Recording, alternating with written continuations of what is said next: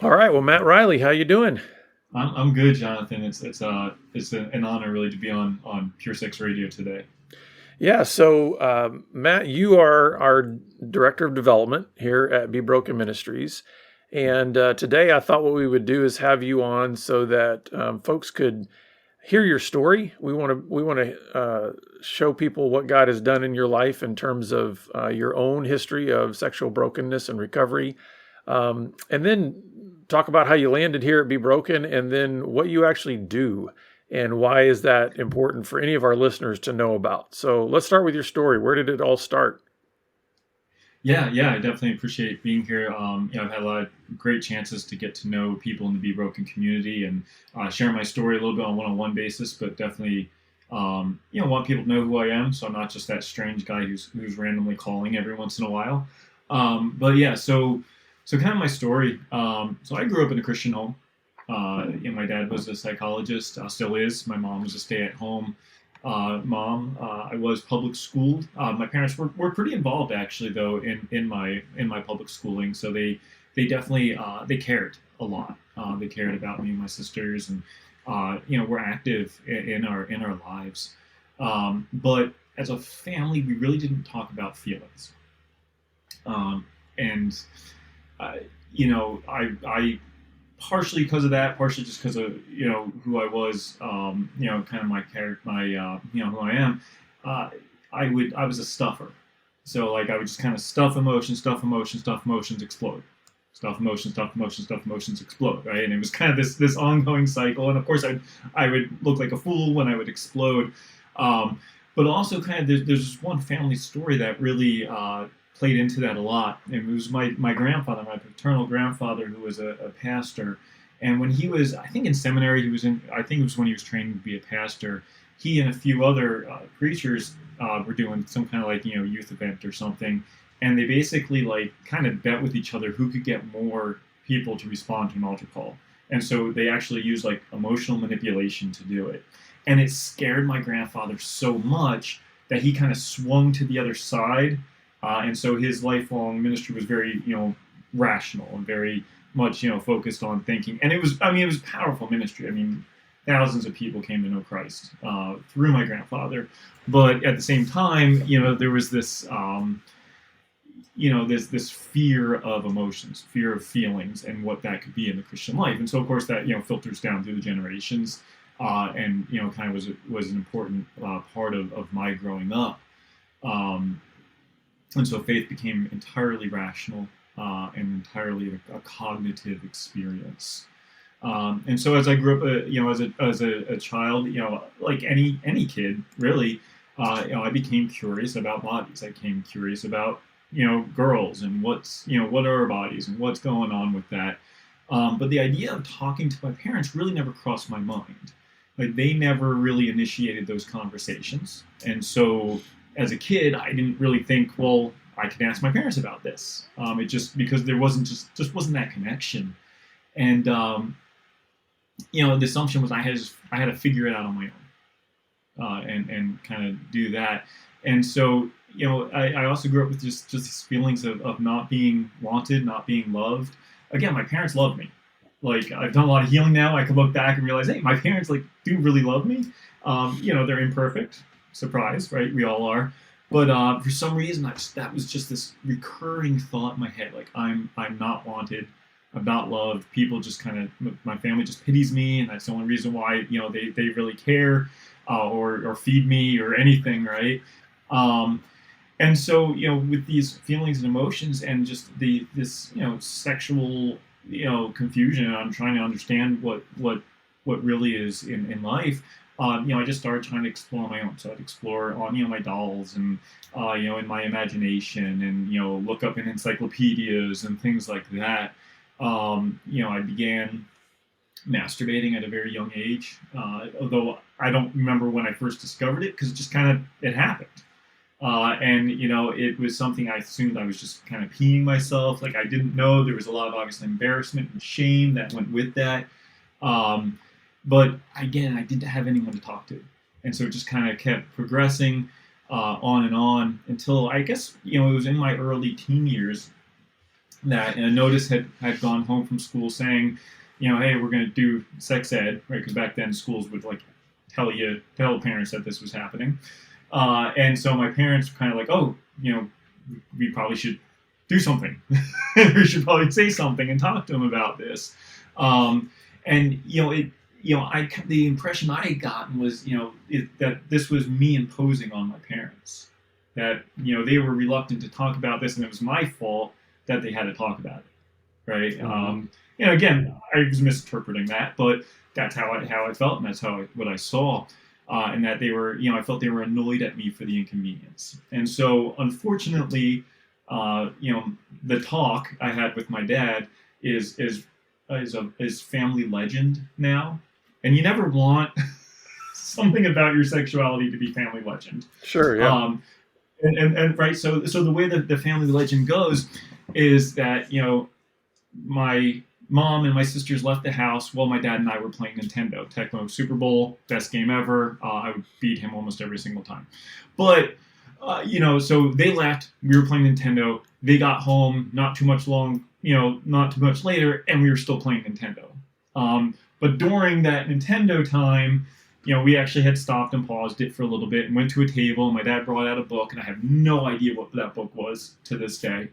He asked me, do you know what sex is? And I said, it's when a man makes love to a woman. I had no idea what I was saying, right? I had no idea what that meant. Mm-hmm. He'd be like, yeah, okay. I remember nothing else about the short conversation except for that we went back and played Nintendo again. And so my sexuality became really a family joke, and something that we laughed about. And of course, I would laugh, right? And I put that out on the outside. But on the inside, I was broken, and I was felt shame, and I began really into a descent into pornography. And so I don't know when my first exposure to pornography was. I remember two of the kind of the first ones. One was a sleepover at my grandparents' house with my cousin, and my cousin introduced me to it. Again, I don't remember if it was my first or not, but he also had said something about, oh, well, I've seen Grandpa do this. This is my pastor grandfather, and I don't. To this day, I think my cousin was probably lying, but I don't know. And then the other time, I was tricked by one of my friends. Well, it's a loose term, but to go to his house where he and a group of people were watching pornography. And so, these things started, and I started, watching it on, blurred channels on my TV in my room. When I began dating, I would push boundaries of girlfriends, and really just became obsessed with wanting to be wanted. Mm-hmm. And pornography was one of those things that filled that desire. Just trying to find a girlfriend, trying to find any girl who would, want to spend time with me, really played into that. Went off to college, went to a Christian school because I just knew, like, if I went to a secular school, I was done for in my faith. But even in a Christian school, I began masturbating almost every night to fall asleep. I had sleep issues. Fantasies were always revolved around, wanting to be wanted, feeling unloved. And I could never find anyone to help keep me accountable.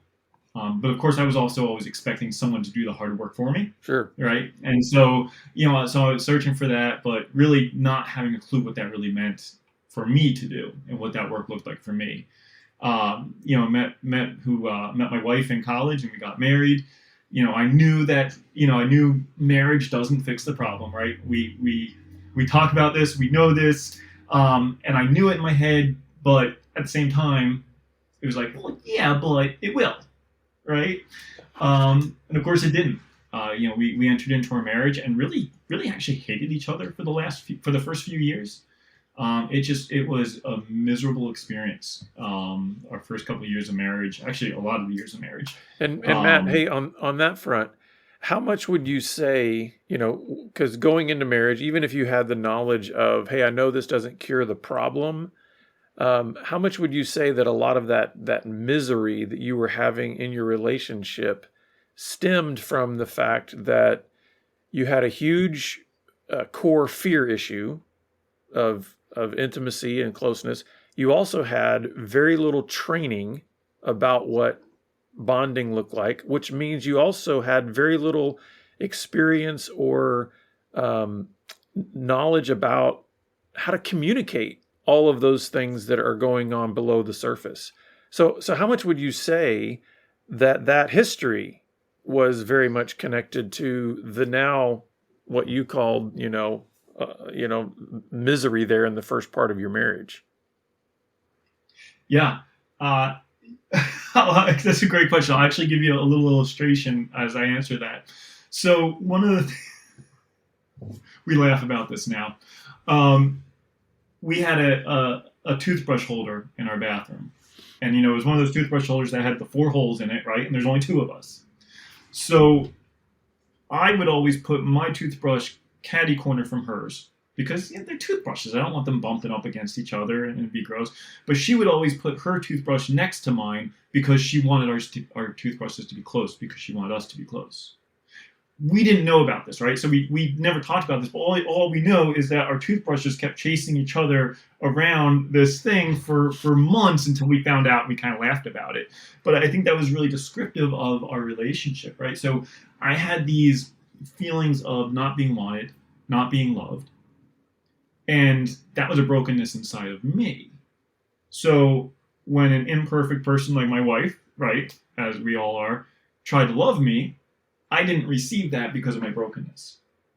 So, this, my inability to feel love, my inability to connect, was a major part of the dysfunction in our relationship. And she, of course, had some of those herself. And so we didn't, I didn't know how to connect with my wife. Now, I didn't know how to share myself or know her or feel that connection. would you say that a lot of your inability to receive love that was actually being attempted to give to you was because it wasn't maybe being given in the way you envisioned it, or that you had hoped, or that you wanted? I mean, had you created in your mind a way in which you thought love should be given to you or should be expressed, and if it didn't fit that mold, I mean, what was blocking you from being able to receive even the love that your wife was trying to give to you? Yeah, I think it'd be a few reasons. One, I couldn't receive love. So I think even if she had done things in the way that I had the preconceived notion of, I probably still wouldn't have received it. But at the same time, yeah, I had those preconceived notions that would probably fit more into, you know, I forget how people word it, like, being more like Jesus and less like a porn star, right? Like that whole idea that, I expected, well, she's my wife, so she should be, like super sexual and always coming on to me. But yet, even in those times where she would do things like that, I wouldn't receive it Right. because I was so broken. So it was like, it was both. Like I was that messed up where I had these preconceived notions that she had to fit, but even if she fit them, I wasn't receiving it. So what happened next in your story then? And I mean, obviously I know you now, so kids came into the picture at some point. Like, what was happening in family life, and what was also happening in your brokenness? Yeah. So, so we were for our first few years of marriage, we were both in seminary. So I was preparing to be a pastor, and she was actually getting her master's in counseling. And so, of course, during that time, we also had our first two kids. We have four kids now. But it was a hard time. So actually, it was when she was pregnant with our first child was the first time she caught me looking at pornography. She had known, I had told her, when we were dating that it was an issue. But of course, I worded it well, right? So it didn't seem like a big issue. But she caught me and got some help and whatever, and did some work, and then but then it wasn't talked about again. And it really, I was just kind of trying to do some white knuckle sobriety because I didn't know better. I didn't know really what I was doing. I didn't know really what I needed to heal from. I didn't know the importance of healing. And so, that happened. I got some help, but in reality, I didn't really want to stop because I just wanted the consequences to stop. I didn't want her to be mad at me, right? And so, so I was pregnant with our first child. We had our second child. Actually, I named her Grace. Actually, it's a different language for her name, but her name means grace because it was at that time I was starting to actually get a lot more understanding of the grace of Christ in my life in seminary, right? So we had that. Graduated from seminary. We moved. I started pastoring. Had two pretty miserable pastoral experiences. Um, and I always saw myself kind of as not kind of, I always saw myself as the martyr, right, as the victim. Okay, here we're in this one church where like people are just like, and they I mean, the first church was bad, right? Like people were attacking my family. They were pushing really kind of heretical viewpoints on things, unhealthy sexuality. But again, I didn't handle it well because of where I was, because of my pain. So I, instead of saying, "Wow, like there's things I could be doing better," it was, "Oh, they're all horrible, and I'm all good." And of course, within that, then falling back into pornography again, just from the stress and not being able to deal with it, and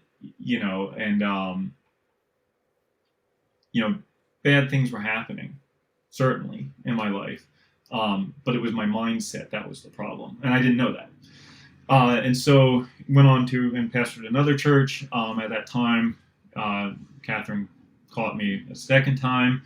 At that point, it looked like our marriage was possibly over, but I gaslighted. I really emotionally twisted the moment, and not knowing it, right? I didn't know I was doing that, but that's essentially what I did. And then we kind of, we stayed together, started seeing a counselor. And the counselor was pretty good for marriage stuff, but he really didn't know sexual brokenness stuff. And so we didn't really start addressing that. But again, I wasn't aware of that. I didn't understand that. I didn't know that. So I thought, okay, we're doing great. We're doing better. But it was really, for my sexuality, it was only these band-aids that were being put on, I actually went into about like a 4-year period of sobriety. At least I wasn't masturbating and I wasn't looking at pornography, right? My mind was still filled with Sure. stuff. I was still looking, things like that. But at least I'm not looking at pornography. I'm not masturbating. And so I was like, okay. And at that time we felt that, God was calling us to what I would say publicly is international work in a large Asian country. Because I have friends there so I got to be careful, honestly, when I put anything out publicly about what we were doing. So we did that kind of international work for 4 years, loved it there. But again, the stress and some horrible things that had happened really, again, led me back down that road of looking at pornography, and because I still had that brokenness inside that I wasn't dealing with, that I didn't understand. And so even while we're, in this amazing place doing ministry, sharing the good news of God with students, inside I was filled with shame and just falling down farther and farther and farther. So then, so And then when, so, what did, sometimes people, when we share our stories, especially those of us who've, we've lived on both sides of the fence, so to speak, in the sense of we've got all this story of addiction and brokenness, and then we've also got a side of recovery, which we're getting to eventually in your story. But sometimes I think when people are hearing the story of brokenness after the fact, meaning that it's in our history in the sense of our addictive behaviors and all of that, sometimes there can be this sense of people that are observing or listening to that story and saying, "Oh, so you were probably just enjoying all of your acting out. You're probably just gleeful at all of the things that you were doing. You mentioned gaslighting. Yeah, you were unaware because you were probably just so taken up in your addictive behaviors." Can you describe a little bit about what their truth actually is in the sense of the conflicted feelings yeah. that you have? Because you mentioned it. You grew up in the church. These things are happening in your life as you have a relationship with Christ. There's a conflict going on in you. Can you describe a little bit about that conflicted nature, that it's not as if you're quote unquote happy in your addiction? Yeah, it's that weird conflict, right? Because I wasn't happy, right? I was miserable. I was filled with shame, but at the same time, porn was my only friend, because it's the only friend I allowed in. Mm-hmm. Right? Like my wife could have been my friend, but I wasn't allowing that. And so, on one hand, yeah, obviously pornography was physically enjoyable. There was a part of me that I'll say needed it, although that's probably not the best word, because there was that hole. And so, hey, it was a friend that was always going to accept me, a friend that was never going to judge me. Um, and so I had that aspect. But on the other end, and I really wanted to do it, right? But on the other end, there was this misery to it. There was like, oh man, I'm going to do it again. I don't want to do it. I don't want to be controlled by it. And the recognition that I was being controlled, that became more and more clear. And then, of course, the shame that would come after it, and realizing, oh, I failed again. I'm weak. I'm miserable. I'm horrible. No one loves me. No one accepts me. And so it would just be that cycle. And those cycles would start, a couple months to go through that cycle, and it always got tighter and tighter and tighter and closer and closer and closer, till where it kind of came near the end.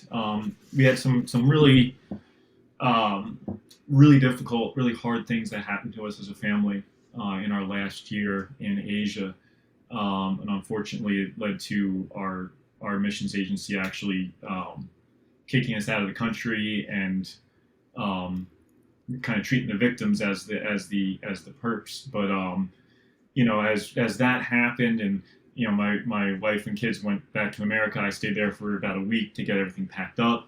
I just used that opportunity. The cycle was multiple times a day. I mean, I was done. I was gone. Actually got drunk one day in the morning. I had hit rock bottom. Finally, Mm-hmm. hit rock bottom in my addiction, which for me, fortunately, was never physical affair with anyone. It was never an emotional affair with anyone. It was all pornography, masturbation, and fantasy. I don't know how it didn't progress to that, but so it had hit rock bottom and came back to the States, and obviously, okay, we were not planning to come back to the States. I needed a job, so I started job searching, and we're broken from things that had happened as a family. And so I had actually reached out to an old person I used to work with. Said, hey, when I used to work with the rescue mission, what was my job title? I need to put my resume out there. And she said, oh, well, here's your job title. And by the way, we're hiring right now. So I got this job working with the Keystone Rescue Mission in Scranton, Pennsylvania, and got the job. Started one day. I'm still jet lagged, but started. And the next day, I actually had a day off because it was a weird schedule then.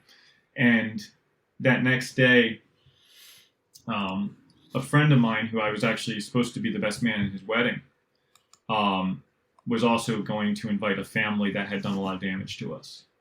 And there was no way I was going to be able to be, and I think I would still make the same choice today, from health, be in the same place as that family. And I had to tell my friend that, like, I can't be in your wedding. And I was at such a low, broken point when Catherine said, my wife, she said, you're going through such a hard time. Like, how have you been able to stay away from porn? And I couldn't keep lying at that moment. Right. Not that I wanted to tell the truth. I was just so broken. I just couldn't keep the facade up anymore. And she went so numb. Knowing what my dad as a marriage counselor had said, basically when a wife goes emotionless, usually the marriage is done. I figured we were done. Yeah. I figured our marriage had absolutely no chance, because I figured she had enough. She was done with it. And so for a month or so, it was just like that, just constant tension. But that's when God started giving me those lifelines. And so, I think it was that week at work, my supervisor was talking about, how important transparency is. And so I was like, all right, guess I'm going to be transparent. So I told her about what was going on. And she to this day has been like a mother to me. Still is. Called Mhm. her the other day for her birthday, and she just for months poured into me, poured into me, poured into me, loved my wife. Um, I started to figure, okay, I'm going to do a 12-step group. So I found Celebrate Recovery. And so I was doing that for a while. And actually, the guy who was my sponsor at my Celebrate Recovery 12-step group was a Gateway to Freedom alumni. Mhm. And so that's when I first started hearing about Be Broken, right? And so this guy, I mean, he's still again someone I talk with, and just poured into my life and helped me out And because of I some of just want to the say any yeah. of our listeners that are new to the program, Gateway to Freedom is our 3-day intensive workshop for men who want to overcome any kind of unwanted sexual behaviors. And so when Matt mentioned Gateway to Freedom, that's a guy that had come through that workshop. And so it's pretty cool. I mean, that was a really cool connection because and that's a really special man. He's an incredible guy. We're friends to this day, and I think it's been 10 or 12 years ago that he came through the workshop. So Yeah. pretty neat connection there. So tell me, Yeah. what did healing look like for you, for your marriage, and then what ultimately landed you at Be Broken? Yeah, so I think a big thing that happened, and it was a big part of our um, healing was one when we had first gotten back from the States. We had this one couple come who were kind of coaches for international workers. Again, we'll use that term. Um, but and so they had kind of started helping us transition back to the States and to work through some of the stuff that had happened. And when all that blew up, I remember I was trying to just deal with it like I had always dealt with it, which was gaslighting, which was emotional manipulation, not realizing that's what I was doing, but that's what I was doing. How dare you kick me out of our bed and make me sleep on the couch? I have a right to be in my bed. Just that horrible mindset. And so the guy talked to me one night on the phone. He said, "Look, you don't know me very well. I still don't know you very well, but you need to trust me right now and do every single thing I say and nothing else." So this guy, his name's Jonathan Rissmiller. He's a coach to pastors. He's a coach to international workers. He was my brain for a while, and I needed that Hmm. because I was insane. The early steps in the 12-step program talk about the insanity, and so that was a big step. And then we actually had gone to a 5-week long um, we called it life rehab that we were actually sent to because of all the things that had happened overseas, but it was also God send because it helped us deal with what was going there. And so at that point, I had some powerful EMDR counseling twice a week for 5 weeks. I mean, it was intense. Um, we had I did a full disclosure, which is where I sit down with my wife with a counselor present, and I prepare it with the counselor, and really go through. Here's everything I did. And so she got to hear that, and she got to then work with the counselor to work on her response. And so a response I still read on about a weekly basis. Her emotional response to knowing everything I've done. Um, and so those were like just these, amazing beginnings to recovery. And so now I work through with an SA group. Kind of went from Celebrate Recovery to SA. Just again, just different times for different things. But I'm part of that. Have a couple of guys that I meet with once a week that we help each other in all different aspects of life. Obviously, working for Be Broken, I have you, I have Dan Wobschel who pour into me and check in on me and all those things. But I think for me, some of the kind of one of the things I want to talk about is just some of the realizations I had and some of the resources I had that really helped me out. One of the realizations that God brought was that I didn't really want recovery in the past. And I'm not saying that's everybody, right? It's not prescriptive; it's just descriptive.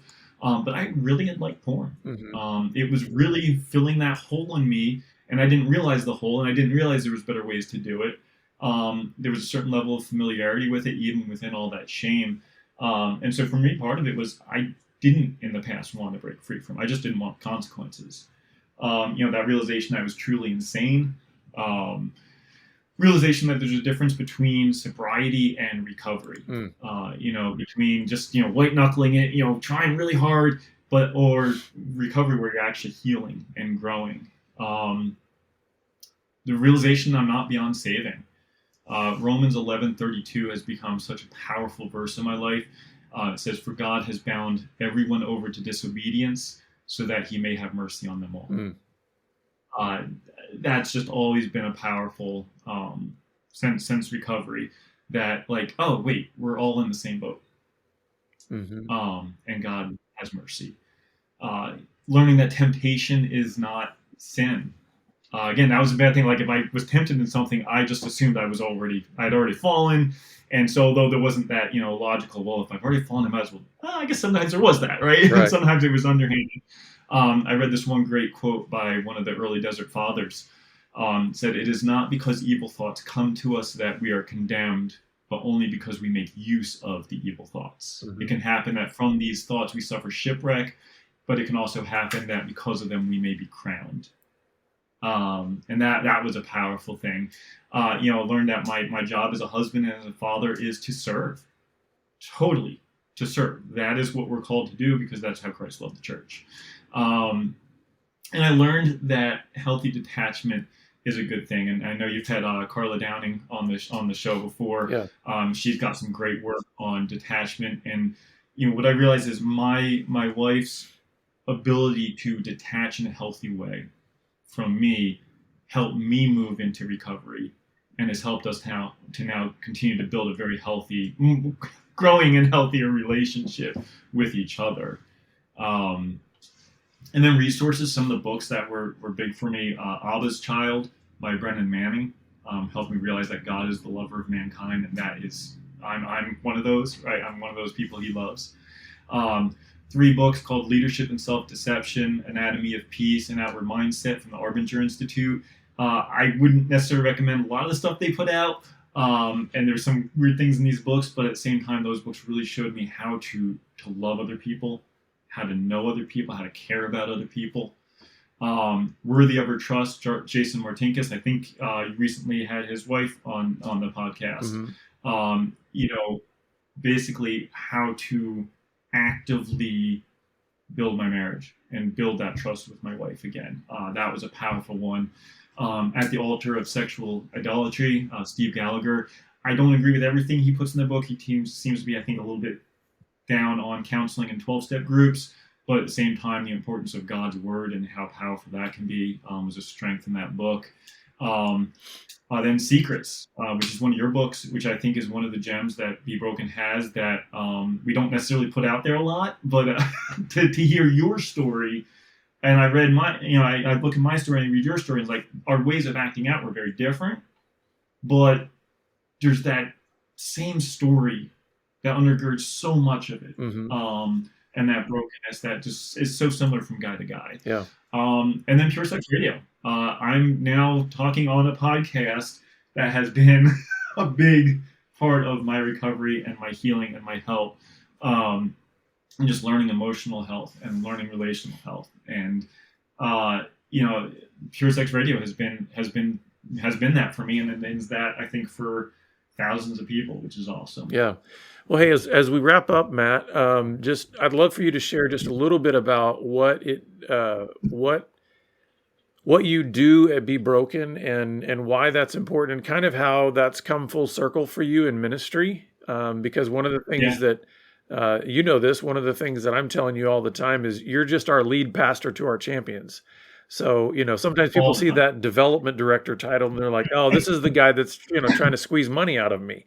But the reality is, I think God was preparing you in a lot of different ways, not the least of which was the training that you had in being a pastor, and then also the training that you've had in your own personal recovery to have maybe a different way to sit in that seat as a development director.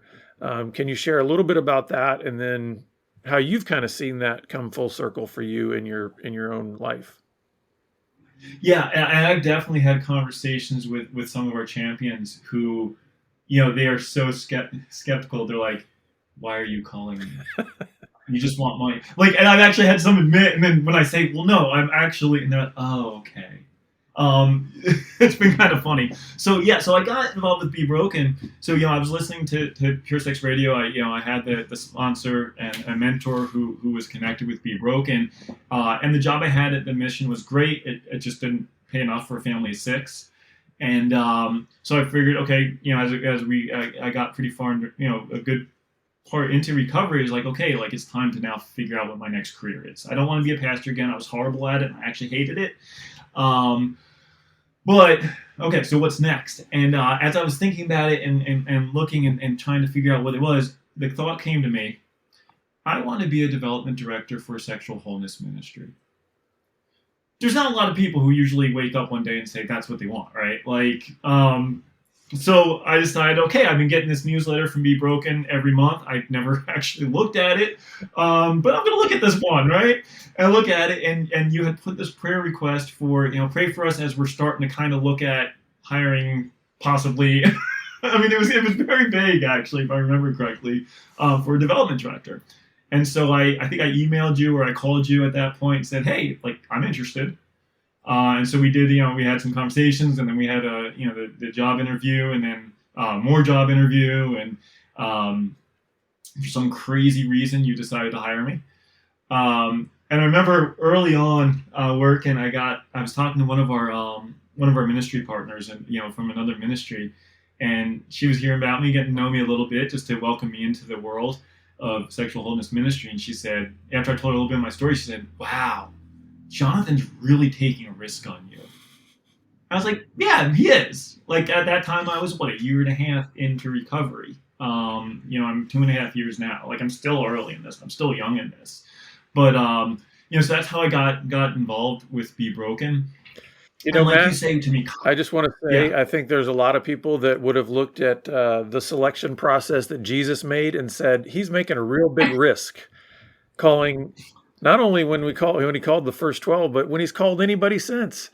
It's a yeah, big risk on his part when he says he gives to us the ministry of reconciliation. So I'm just yeah, yeah, I'm trying to follow my master, Jesus. And so I look at this and I say, again, one of our core values here is we're grace-based in our approach. And that's not just an externally mm-hmm. facing value, that's an internally facing value. And so we want to have the same grace that we want to extend to somebody that's coming to our ministry for help. We want to also extend that to the people that are on staff. And so I'm glad we took the risk. And so here we are. Any final thoughts that you want to share before we wrap up? Yeah, so as development director, what I do, like you said, is I get to minister to our champions. And champions are people who are involved with Be Broken, with giving, serving, sharing, learning, and praying. And we have some just really great ways to connect people. So even if you're like, oh, well, I can't give money, but hey, like, I want to pray for Be Broken. Like, we have things that I want to connect with you to pray with Be Broken, pray for us, and pray for those who are served. We have ways to serve, ways to share, ways to learn, and of course, there's giving, right? Like, let's be honest. My role is to be a minister to our champions, but I can only do my role if I have a paycheck, right? Like, and if we have the money to do the resources. So obviously, having monthly givers is huge. People who can just give money to help. Put the word out there, get these resources out there, and help people. And so I love to get into people's lives, text them, call them, pray for them, to be a part of that, and to say, like, how can I, as a development director, help you further what God's calling you to do in the area of sexual wholeness. Mm-hmm.